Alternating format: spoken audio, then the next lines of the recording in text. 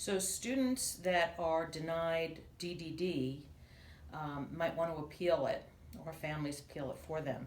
The criteria that the judges are looking for in an appeal are what the qualifying diagnosis is, if it's under autism, and whether or not there are substantial functional limitations in at least 3 of the 7 areas of major life activities.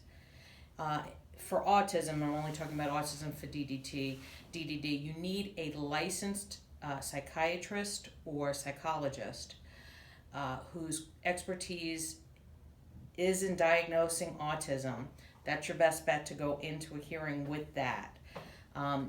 Also, make sure they're licensed in the state of Arizona. If you're doing this in Arizona, I had one case where it was a qualified doctor, but it was out of state, and the judge didn't like it.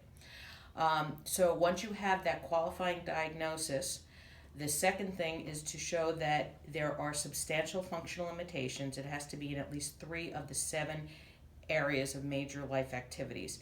And those areas are self-care, receptive and expressive language, learning, mobility, the fact of getting around, self-direction, capacity for independent living, which often does overlap with self-care. We often argue that a person can't get up in the morning, can't get themselves ready for school, and so sometimes self-direction and self-care overlaps, as well as the 6th category, which is capacity for independent living. Taking medications often qualifies. And the last one is economic self-sufficiency. I will tell you that often with students in high school or younger, DDD argues, well, they don't have to be economically self-sufficient, and often are not.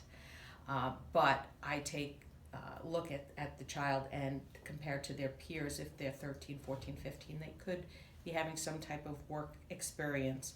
And I have one on that argument, so it's not one to just put aside.